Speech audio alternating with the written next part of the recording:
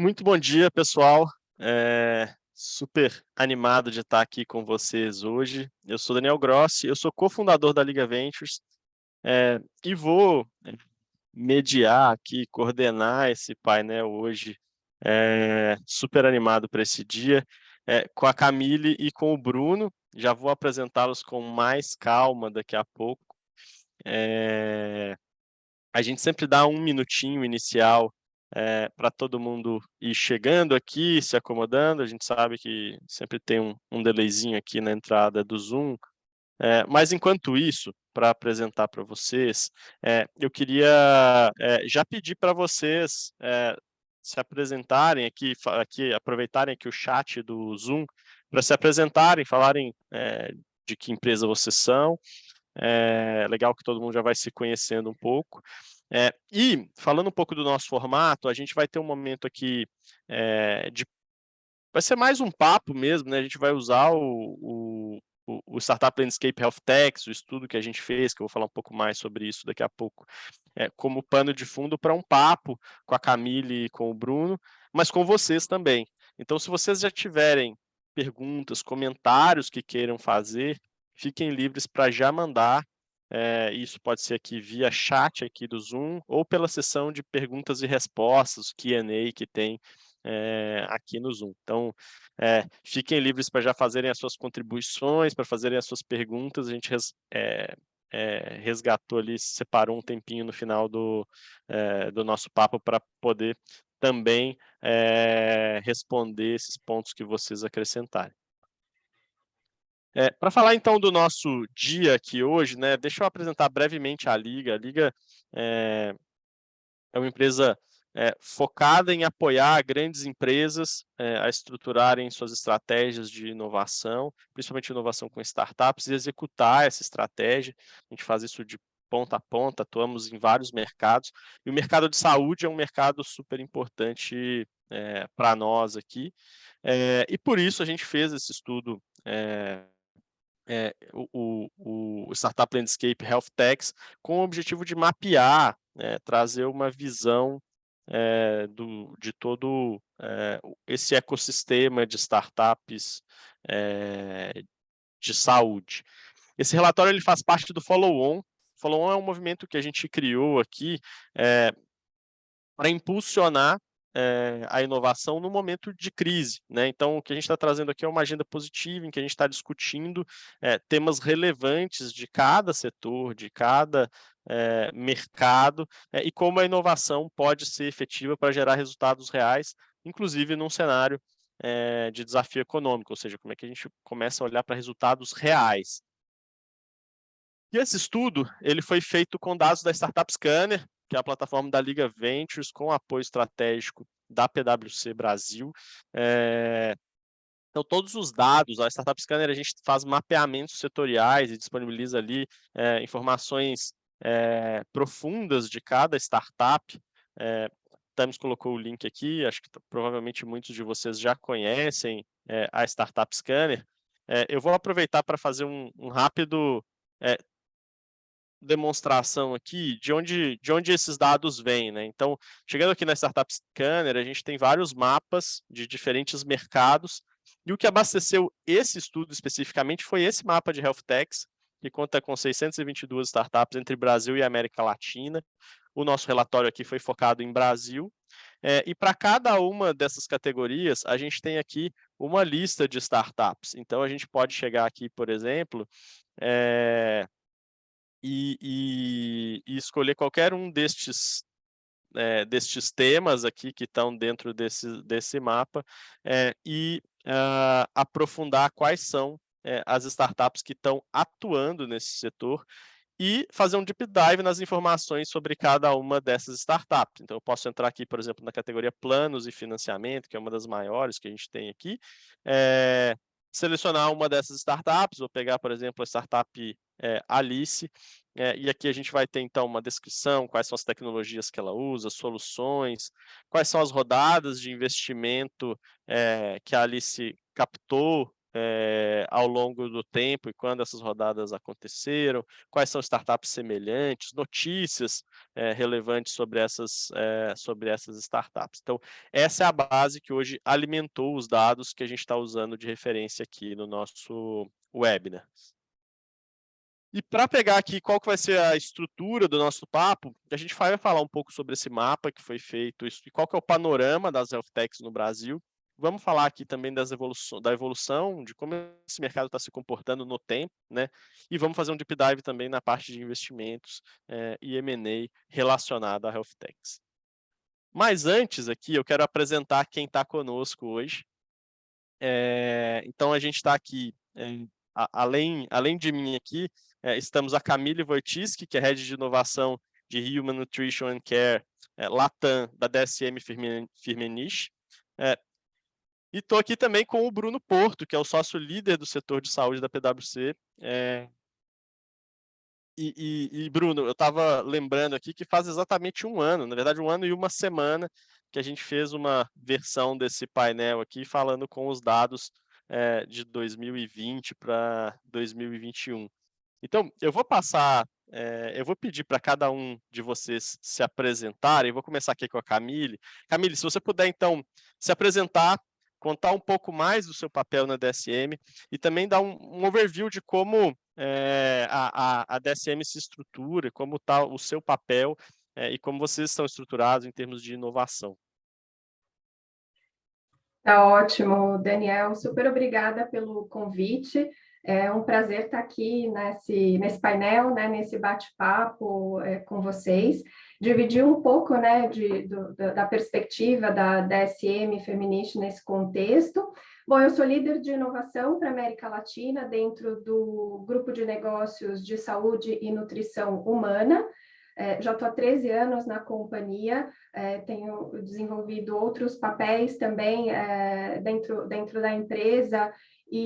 Bom, hoje, atualmente, eu tenho foco na inovação, tanto no desenvolvimento da nossa estratégia de inovação para a região, na conexão com esse ecossistema de inovação, no entendimento das necessidades dos consumidores, dos nossos clientes, e como a gente pode desenvolver o nosso portfólio de inovação dentro desse contexto. E aí, para vocês terem uma ideia, a DSM Firmenich, ela se concentra em 4 temas abrangentes de crescimento que abordam as principais tendências sociais, ambientais e tecnológicas globais, que, por sua vez, então, formam as nossas plataformas de inovação, né? E esses temas, eles são, a gente fala, Pathways, Proteins, Prevention and Precision.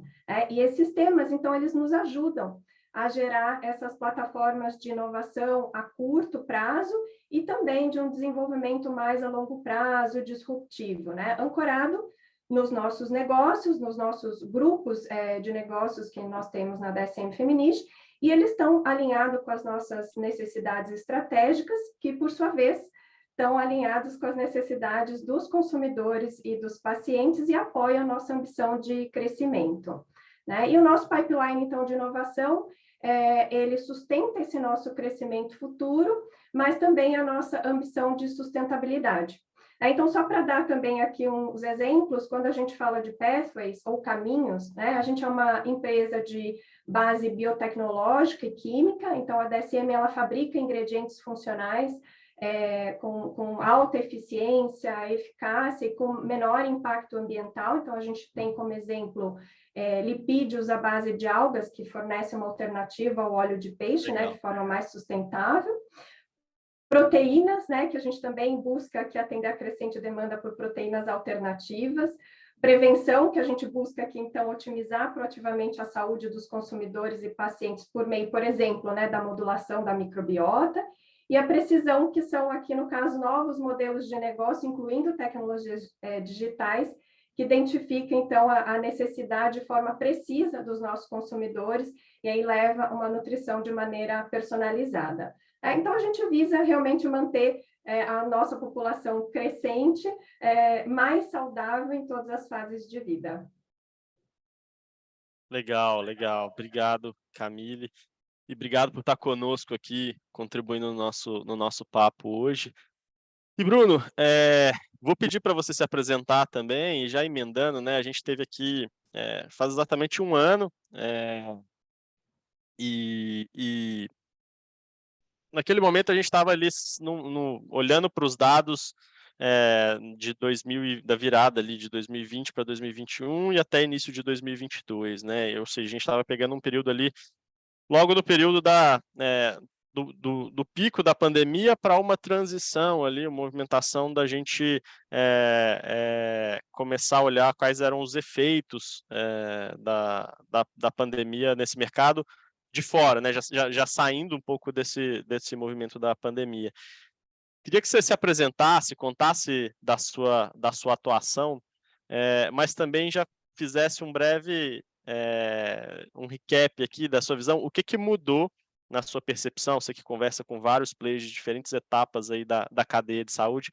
O que que mudou na sua percepção do foco do mercado? Por que que o mercado de saúde está olhando agora? O que que mudou do ano passado para esse? Perfeito, perfeito, Daniel. Acho que bom dia aqui para todos os participantes que estão aqui conosco de manhã. A Camille também, bom dia. Vamos dividir aqui o painel. Bem, me apresentando rapidamente, eu lidero a área de saúde aqui na PwC há 2 anos.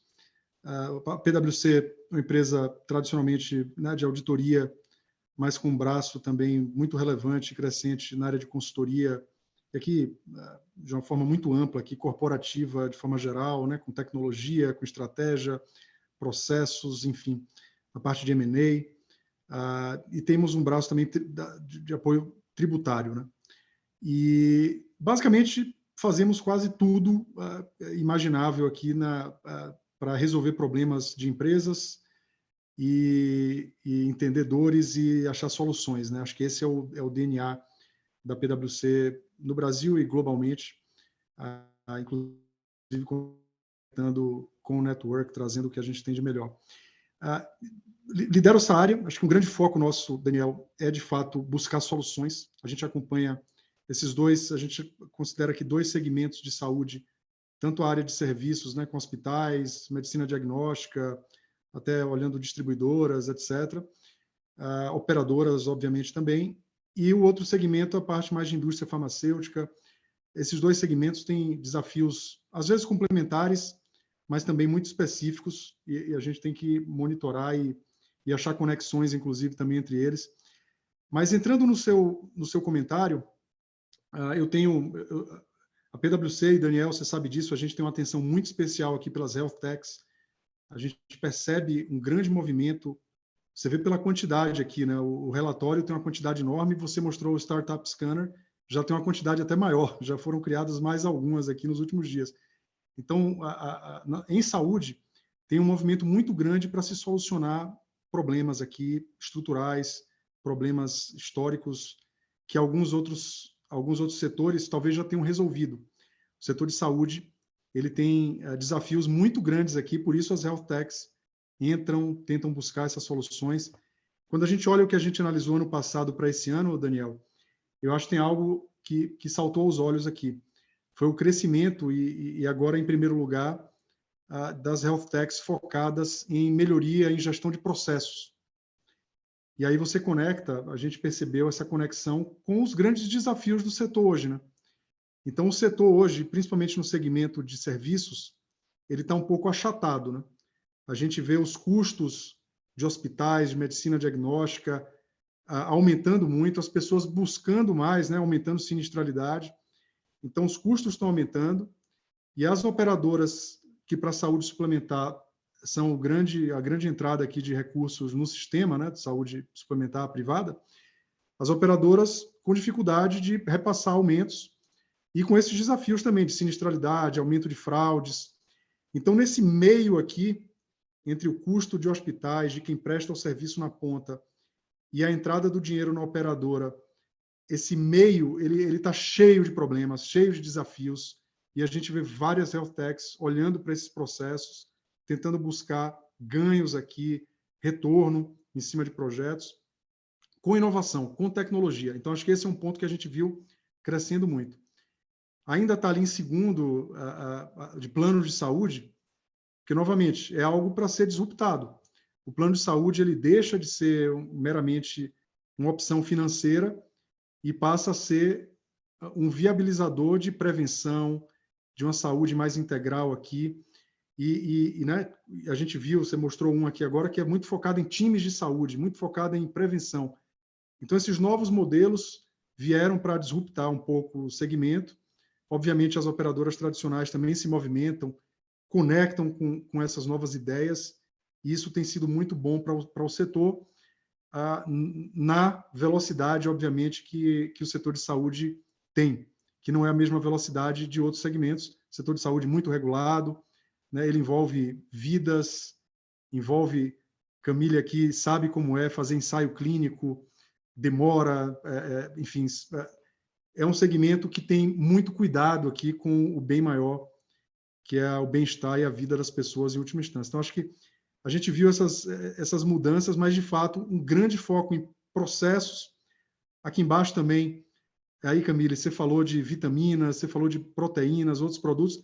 Bem-estar físico e mental, fundamental. Cresceu muito. A saúde mental é um eixo, é um tema que está no dia a dia de todas as empresas hoje, né?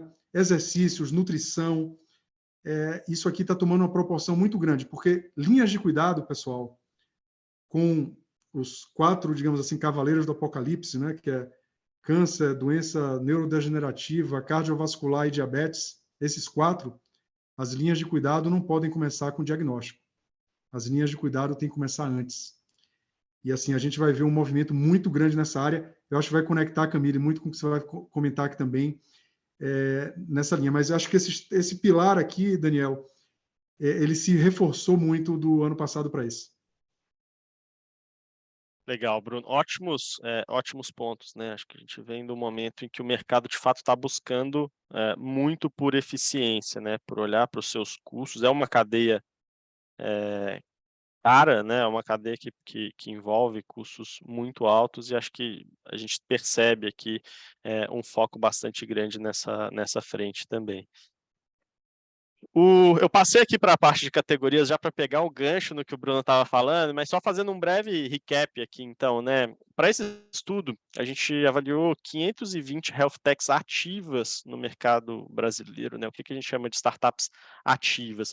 A gente faz um trabalho constante ali de tentar avaliar quais startups ainda estão operando. Obviamente, a gente não consegue ser exaustivo aqui, mas a gente consegue ter bons indícios de quais startups estão ainda em atuação no mercado, seja porque novas startups que começaram, sejam startups que já têm uma trajetória mais longa. E elas foram distribuídas aqui em 35 categorias com diferentes soluções aqui para a cadeia, que vocês acompanham nesse gráfico que está disponível no report, que depois a gente vai deixar o link aqui, que vocês podem baixar. Eu vi que a Tamis já colocou o link no chat aqui para a gente. Saindo um pouco da fotografia, né, indo um pouco para a evolução desses números, a gente percebe que a gente teve um crescimento muito grande de health techs, principalmente no período aqui de 2015 até 2020, e a gente percebe uma certa estabilização, que a gente chama aqui de uma curva em S, né? A gente teve um crescimento grande ali naquele período, agora a gente vê uma certa estabilização no número de startups ativas, ou seja, as que estão surgindo menos as que estão sendo inativadas ao longo desse período, e acho que isso tem a ver também com o amadurecimento de mercado. Mas um gancho que eu queria pegar aqui, e já pegando até num ponto que o Bruno tocou, é que a gente foi fazer um deep dive em quais são as principais categorias de startups ativas que foram fundadas de 2020 para cá, ou seja, nesses últimos 3 anos. Por que a gente faz isso? Porque a gente quer saber para onde as startups estão olhando, né? Que novas soluções, que novas tendências, tecnologias estão surgindo.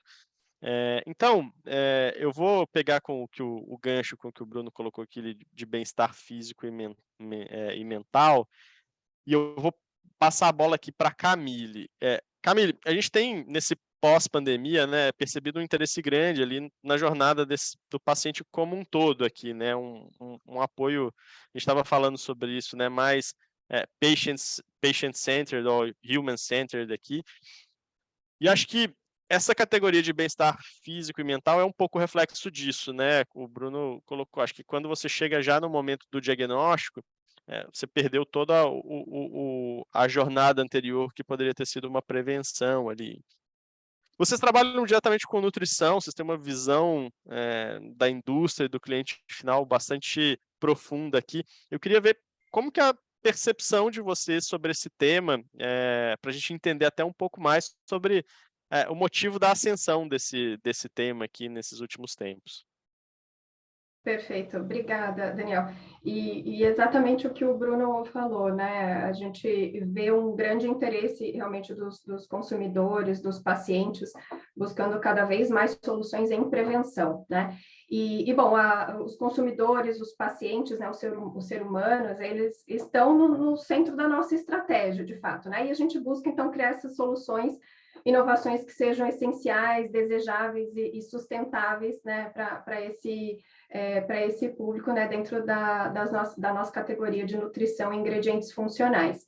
E aí, para isso, a DSM Feminist, ela mapeia diversos dados de mercado e ela realiza pesquisa com consumidores, com pacientes, que a gente chama de Health and Wellness, em todo o mundo, e aqui no Brasil, por exemplo, a gente entrevista ao redor de 1.000 consumidores e pacientes, abordando diversos aspectos de comportamento, né? Então, para entender essa jornada, como vocês falaram, e as preocupações de saúde e outros tópicos também. Então, assim, é super interessante, porque esse dado que você mostra, né, essas ascensões das startups focadas em bem-estar e saúde mental, estão, de fato, refletidas, né, nos dados que a gente olha, vê nessas pesquisas, antes da pandemia, durante a pandemia e pós-pandemia, né? Então, só para vocês terem uma ideia, antes da pandemia, 54% dos entrevistados, eles indicavam ter uma preocupação com o bem-estar físico, a disposição, falta de energia, e 45% com a saúde mental, né? Já durante a pandemia, a gente viu esse número crescer de forma significativa e a preocupação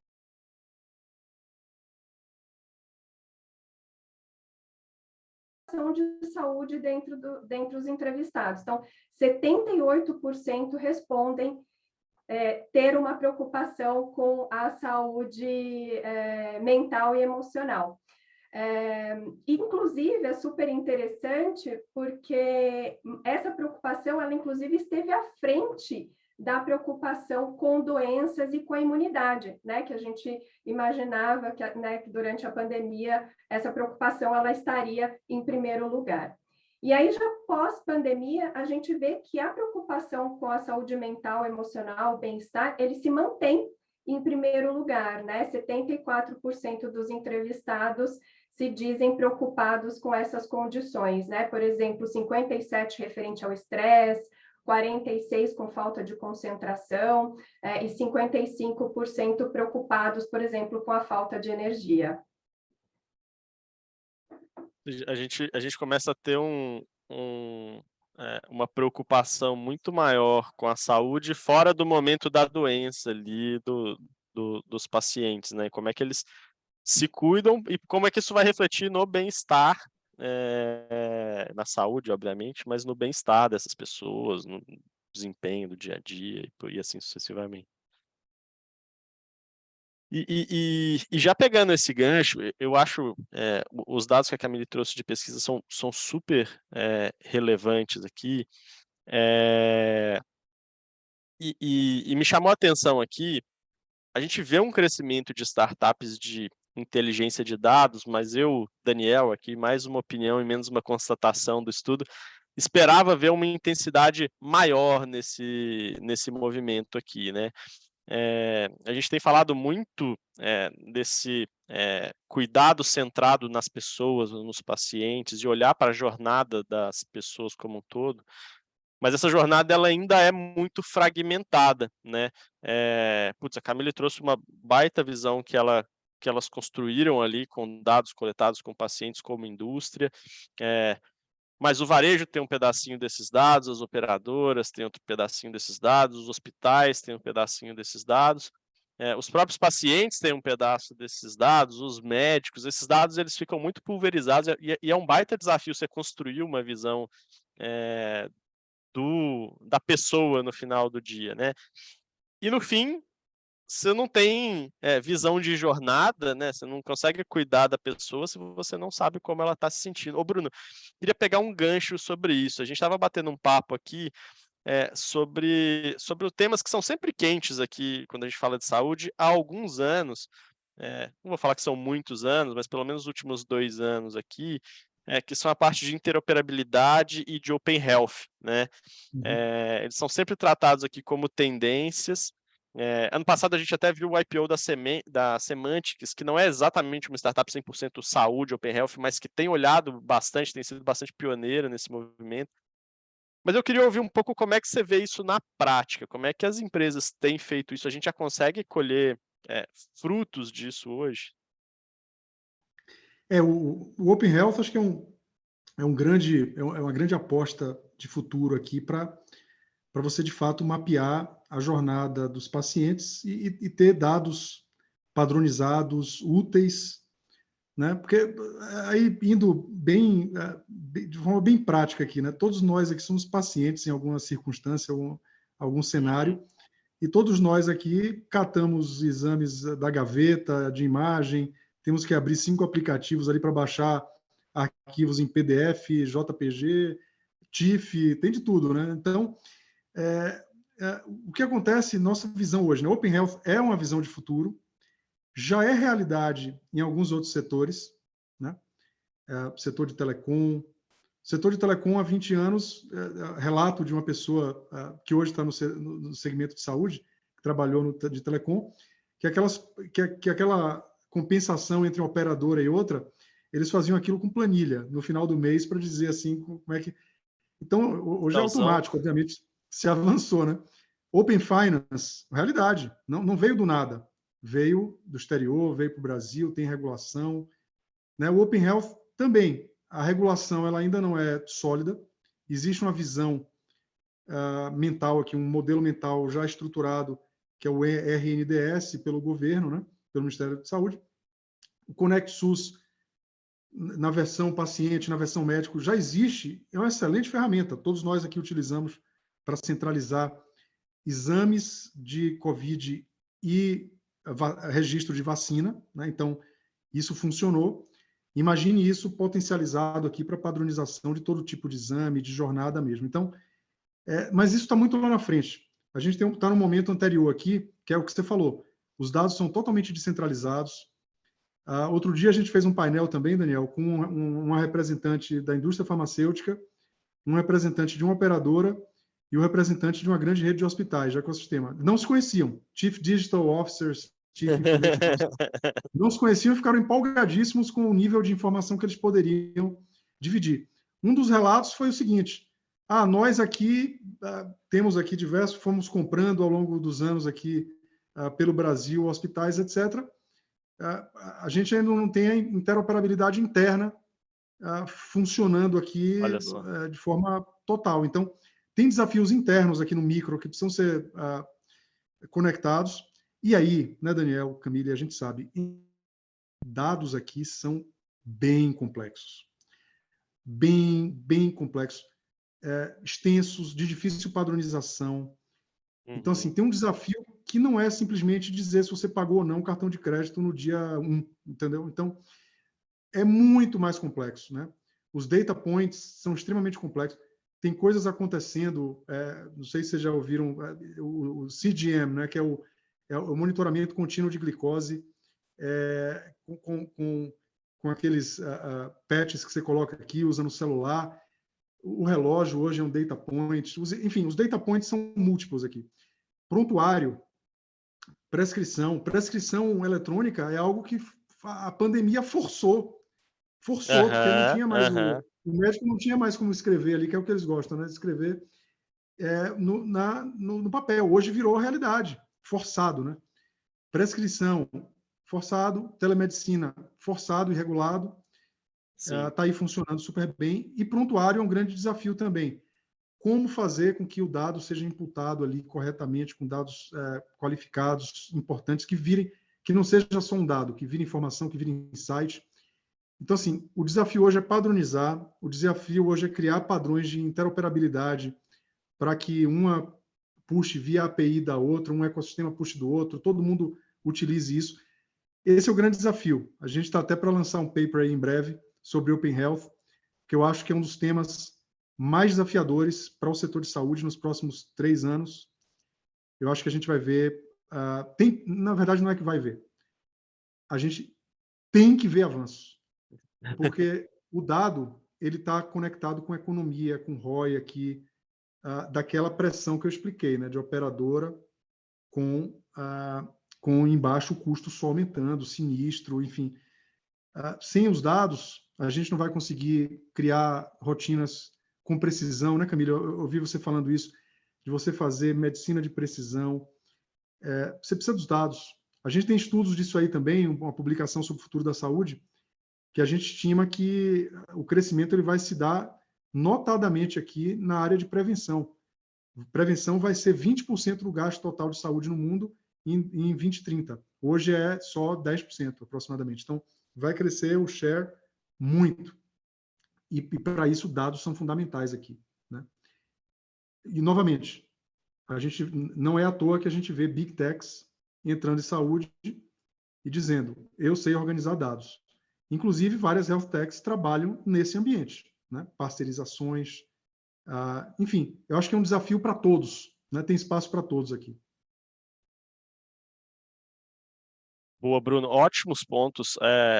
Fazendo um paralelo com o Open Finance, né? No fim do dia, a regulação foi o que acelerou esse movimento também, né? Naquele mercado. O Banco Central regulando e estimulando, criando o sandbox regulatório ali. No fim do dia, isso acelerou bastante. Você colocou 2 pontos importantíssimos aí, né?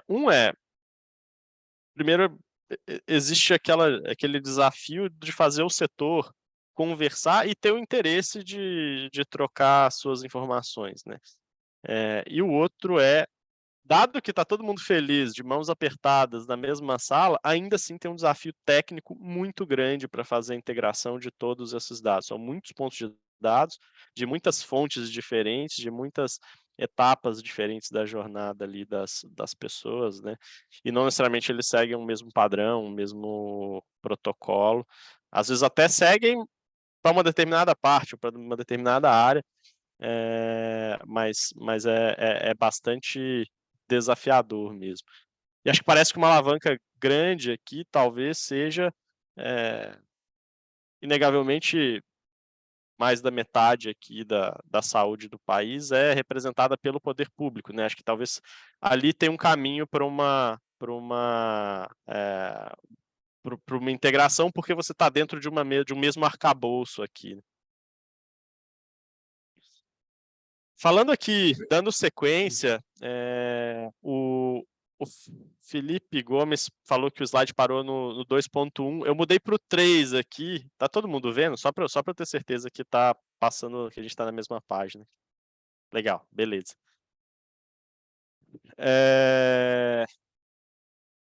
Ainda pegando o gancho aqui da evolução das categorias, tem uma parte que eu acho que é legal de trazer como gancho, que peraí que eu acho que eu peguei o slide, não era esse slide que eu gostaria de mostrar para vocês hoje. Era esse slide que eu gostaria de mostrar para vocês. Acho que tem uma parte aqui que eu queria pegar o gancho, que foge um pouco desses temas que eu coloquei, mas que anda... que é bastante desafiador quando a gente fala para o contexto de startups, que é uma das tecnologias mais utilizadas aqui pelas startups que a gente mapeou, é a parte de biotecnologia, né? E a gente sabe que a gente fala muito de digitalização do setor, a gente fala muito de digitalização da jornada do paciente, da jornada das pessoas, mas tem um desafio bastante grande em desenvolver biotech e um desafio maior ainda em desenvolver biotech no Brasil, né? em relação a custos, a curva de desenvolvimento. E aí eu queria aproveitar a presença da Camille aqui. A DSM, ela é uma empresa que, como você colocou, né, Camille, é biotecnologia e química na veia ali. E eu queria que você falasse um pouco dessa dinâmica, que é uma dinâmica diferente de desenvolver tecnologias digitais aqui, né? O que você considera que são os principais desafios para inovar nessa área? Certo. Bom, até o Bruno comentou, né, os investimentos nesse setor, eles são, de fato, bastante importantes, né, bastante significativos. Né? No caso da DSM Feminist, nós somos uma grande corporação, né? Mas os investimentos em biotecnologia, né, para que a gente possa produzir, né, os nutrientes, os ingredientes funcionais de base tecnológica que hoje, né, nós oferecemos para os nossos clientes, requer um investimento bastante elevado e também é um processo de longo prazo, né? Então, quando você inicia todo esse processo de desenvolvimento, ele, de fato, ele não é tão imediato, né? E, no caso, quando nós desenvolvemos um novo produto, inclusive voltado para o segmento farmacêutico, como o Bruno comentou, a gente precisa realizar estudos clínicos, a gente precisa realizar uma série de outros investimentos para garantir a segurança, a eficácia desses produtos, etc. Né? Mas, de fato, a química, mas ela investe também em outras tecnologias, em novas tecnologias, inclusive em tecnologias digitais, né, para melhoria, por exemplo, da eficiência das nossas operações. Mas a gente também vê, né, oportunidades de desenvolvimento de novos modelos de negócio com base, por exemplo, em tecnologia digital. Né? Então, a gente avança aí também frente a esses investimentos em diferentes tecnologias. E, por exemplo, né, a pandemia, a gente estava falando sobre isso, ela acelerou o uso de tecnologias digitais pelos consumidores e pacientes, né? A gente estava falando da jornada, uma vez que eles buscam informações de forma mais proativa, né, até a fim de manter e tomar medidas preventivas de saúde. E com base nisso, né, a DSM, ela criou uma oportunidade de um novo negócio de nutrição personalizada. Eu comentei com vocês, inclusive isso foi através da aquisição de uma startup no mercado americano, a Hologram Science, e ela adiciona, né, a parte de diagnósticos avançados, né, a gente também falou sobre isso, e recomendações a diferentes estilos de vida para fornecer soluções holísticas de forma personalizada. Então, a gente tem uma certa diversificação, vamos dizer assim, nas nossas bases tecnológicas, mas a gente vem da base de biotecnologia e química, né? Esse é, de fato, o nosso core business. Mas a gente vai se adaptando a essas novas realidades também, atendendo qual é a necessidade dos consumidores, dos pacientes, e a gente tem feito investimentos também em outras tecnologias e tecnologias digitais. Daniel, só um comentário aqui também, claro, que o Camilo colocou, assim, com relação ao cenário de biotech no Brasil, né? Eu tenho visto até bastante incentivado isso, tem algumas nascendo aqui, desenvolvendo moléculas, etc. Mas eu acho que falta ainda, sendo financiadas, sendo apoiadas, fomentadas, né? Acho que eu vi um comentário aqui também, mas quando você compara com o ambiente, digamos assim, dos Estados Unidos, né? Stanford, MIT, lá, Boston, etc. Quando você olha na Alemanha, lá, Marburg, que foi onde surgiu a BioNTech, etc. Existe Israel, que é um grande exemplo também. Existem ecossistemas ali, já há muito tempo, completos, que conectam esses elos, né? Você tem o venture capital, você tem a universidade privada, pública, você tem o governo, você tem, enfim, ciência ali na veia. Então, esse ecossistema positivo aqui de pesquisa, de empreendedorismo, isso aqui é fundamental. Essa mentalidade que existe muito forte lá nos Estados Unidos, nesses lugares que eu mencionei, de onde surgem... Não sei de onde surgiu a Health Tech adquirida por você, Camille, mas por vocês. Nos Estados Mas, Unidos.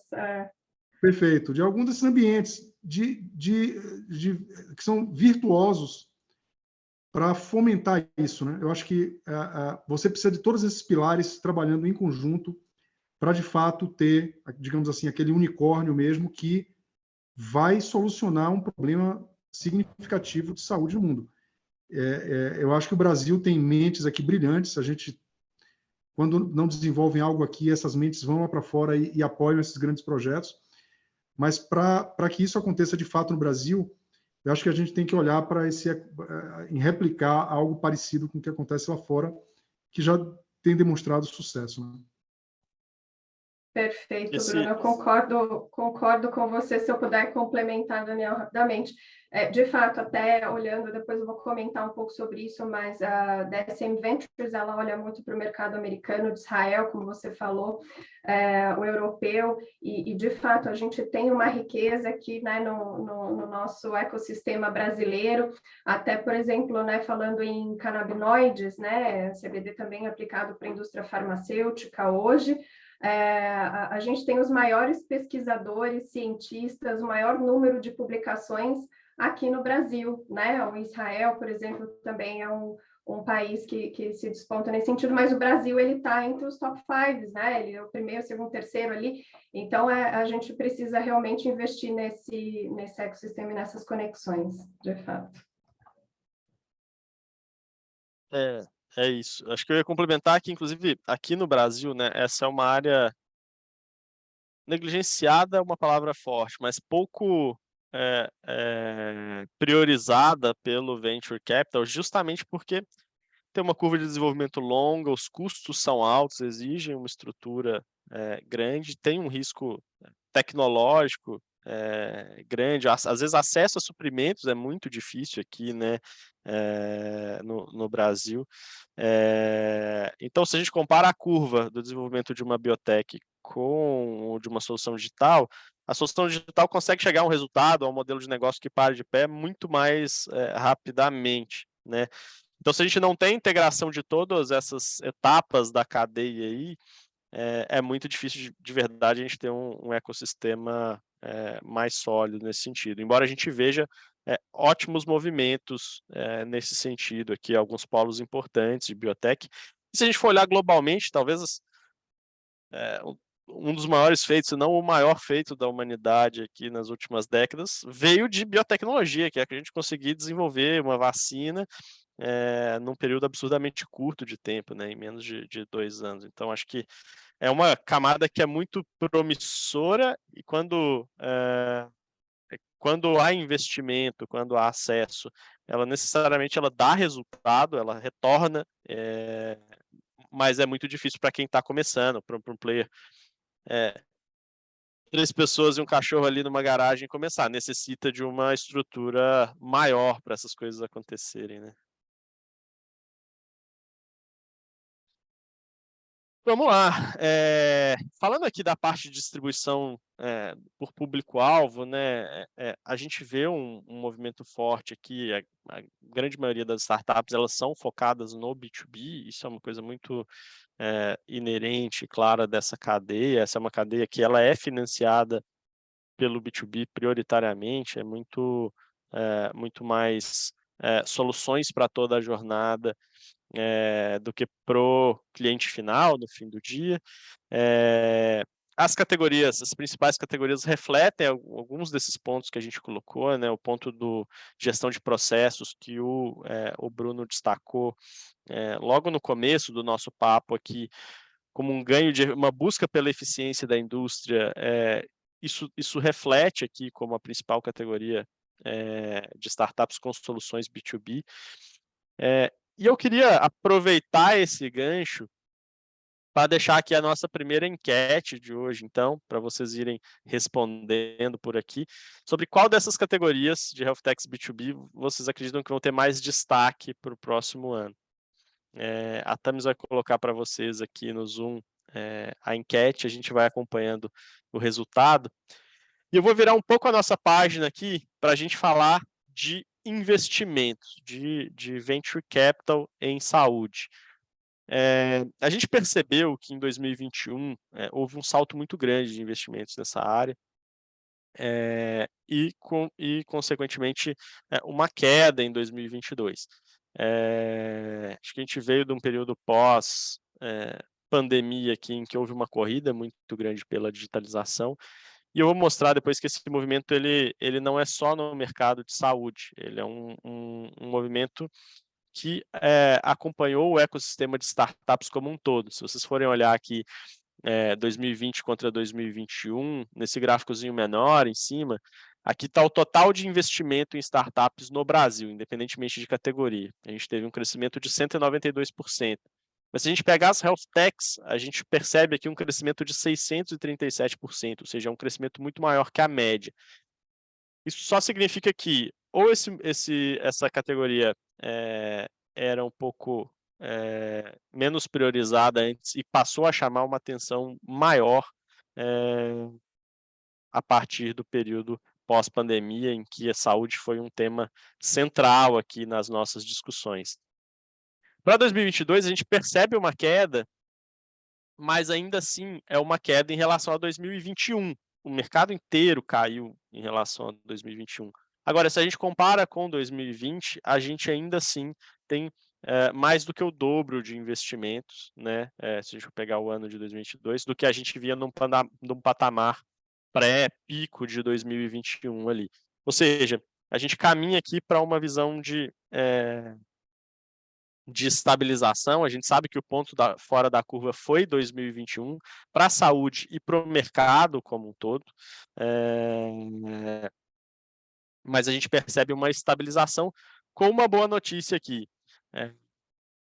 que apesar da gente ter uma queda em 2022 do volume de investimentos, a gente tem uma estabilidade, até um pequeno aumento no número de transações, o que é bom, o que significa que tem mais dinheiro chegando ali para o early stage, que as startups em estágio inicial estão conseguindo captar mais investimentos. E eu queria aproveitar e falar de investimento, acho que é um tema que a gente sempre acompanha de perto aqui no Radar, e vou pegar um gancho até para um ponto que eu queria abordar com o Bruno aqui. Uma coisa é a gente falar da queda de venture capital, que obviamente a gente tem uma influência muito grande de um cenário econômico que é incerto, uma taxa de juros alta, está todo mundo se resguardando de alguma maneira, mas outra coisa é falar aqui da queda da necessidade ou da demanda por inovação e por tecnologia no setor de saúde. Eu queria ouvir de você o que você tem visto de movimentação das corporações olhando para inovação. Você percebe que tem uma queda nesse interesse ou nessa necessidade por demanda? O que as corporações têm olhado, como elas têm se movimentado para olhar para a inovação na sua visão, Bruno?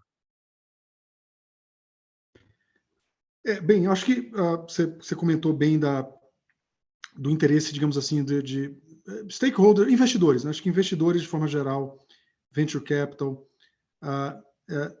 o fato do juros estar muito alto, isso impactou toda a cadeia aqui de, digamos assim, de risco, né? Quem investe em risco tem menos apetite, porque renda fixa, né?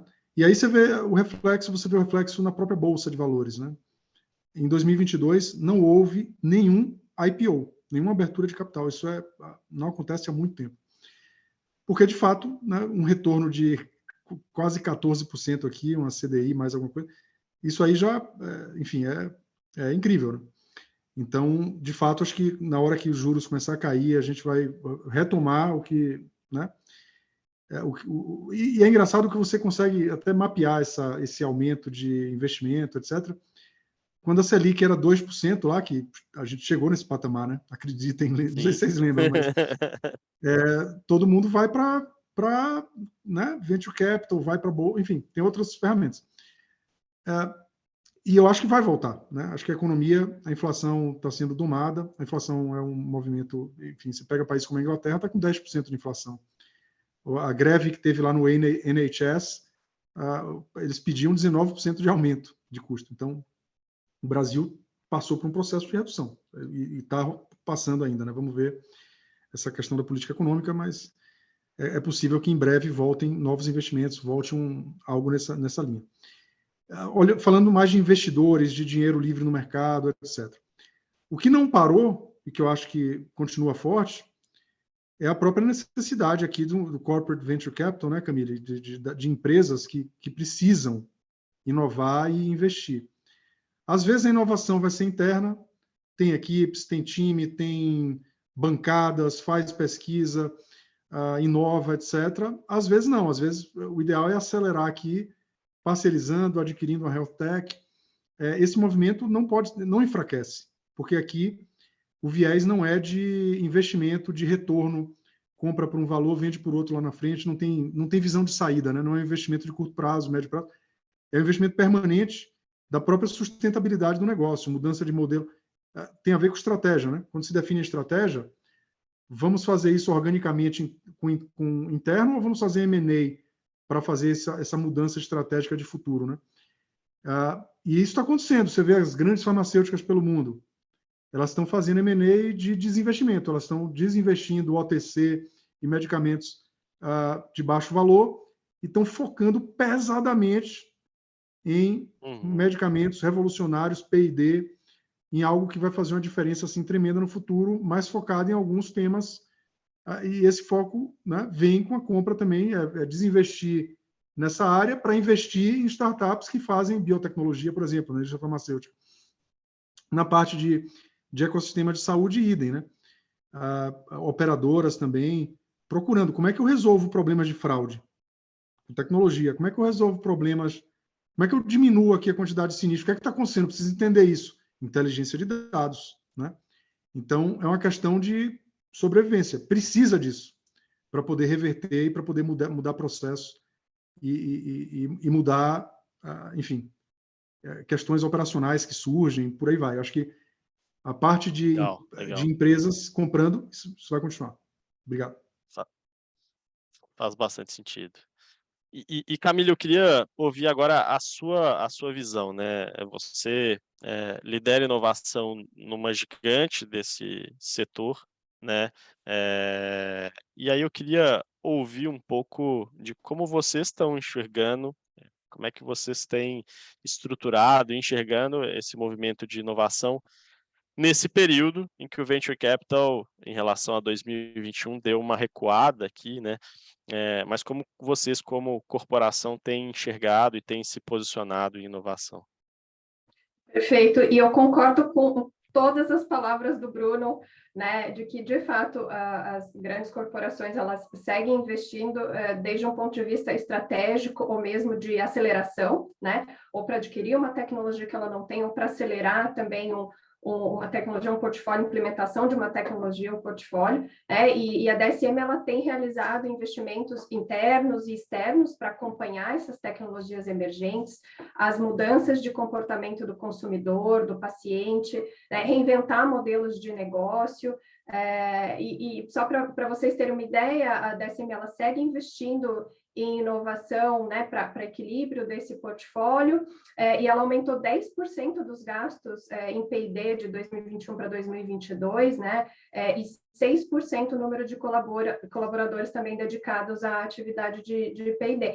E a gente segue também investindo, por exemplo, em cultura de inovação, né, no encorajamento de risco, experimentação, no engajamento com o ecossistema, e nesse caso, né, eu falei que eu iria comentar, a gente tem a unidade DSM Venturing, que ela continua, né, fornecendo investimentos, treinamentos, suporte às startups que têm potencial de transformar a saúde e a nutrição, né, por meio da biotecnologia, biociência, tecnologias digitais e modelos de negócio, e a gente fez 6 novos investimentos em 2022, 14 investimentos subsequentes, e a gente tem gerado diversos leads também de colaboração com as startups, né? Até o final do ano passado, a gente já tinha no nosso portfólio 38 startups, né? Então, o investimento, ele se mantém, né? Eu acho que, de fato, esse número ali em 2022, ele foi um ponto fora da curva, mas a gente viu isso em todo o setor, né, em diversas áreas também do setor, mas os investimentos, eles continuam sim, né, como o Bruno também colocou, desde um ponto de vista estratégico mesmo de aceleração.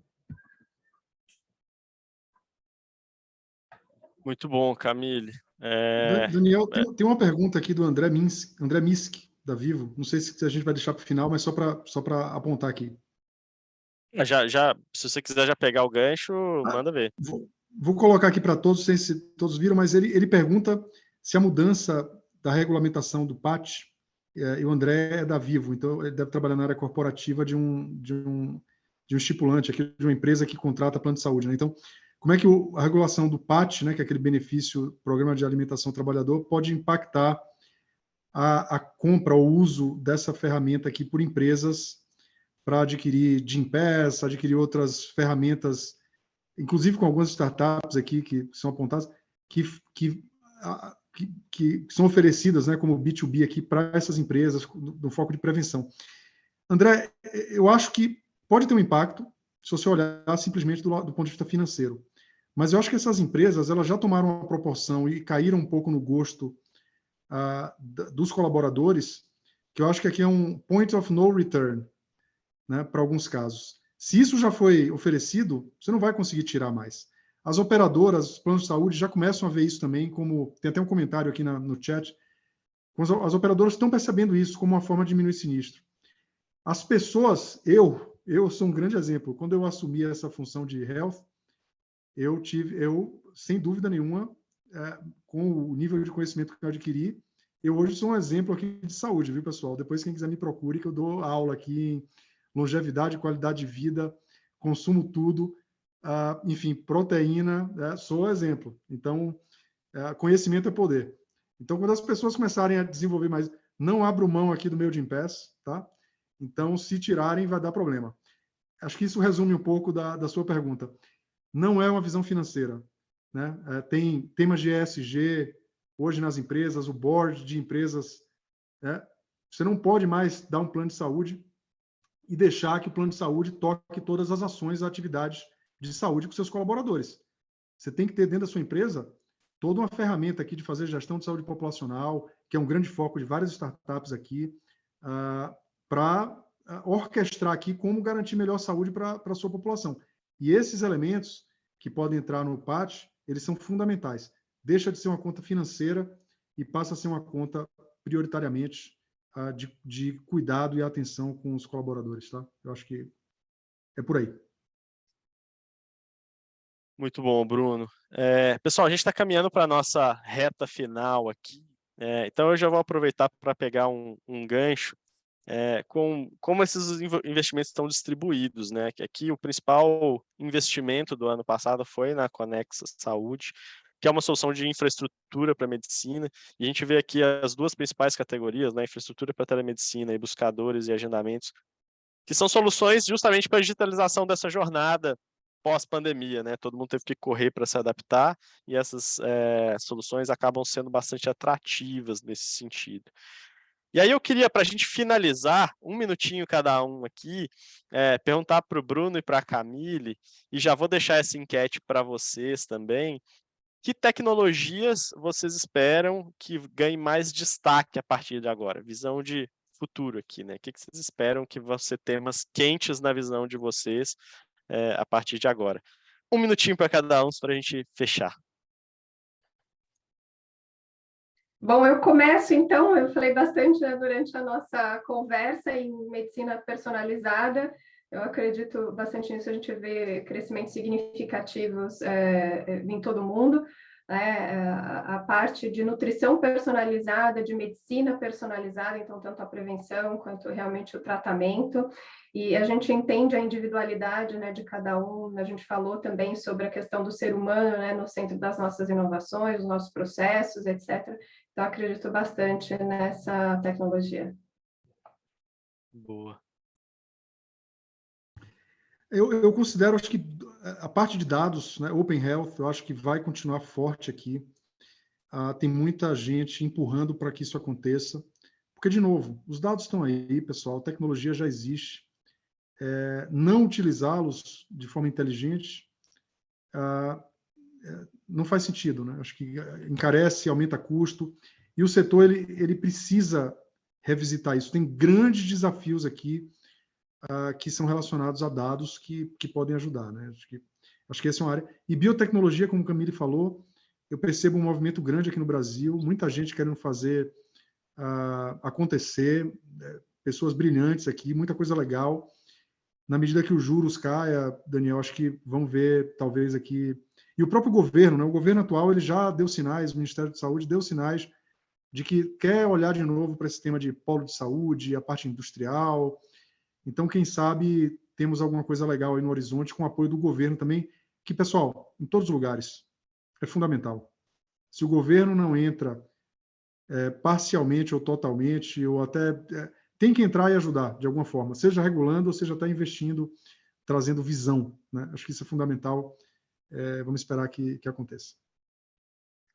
Perfeito. Na enquete aqui, o pessoal destacando bastante medicina personalizada, junto com a Camille, falando bastante de inteligência artificial, que também tem muito a ver com essa cadeia de dados aqui. Pessoal, estamos chegando ao fim aqui do nosso papo, uma baita aula aqui com a Camille e com o Bruno. Gostei muito da nossa conversa. Depois esse conteúdo vai ficar disponível para vocês por vídeo. Aproveito para falar aqui dos próximos materiais que a gente tem aqui no Roadmap. Então, em breve aqui, Landscape de HR Techs, estudos de fintechs, logística, autotech. Então, em breve, mais materiais sobre o tema.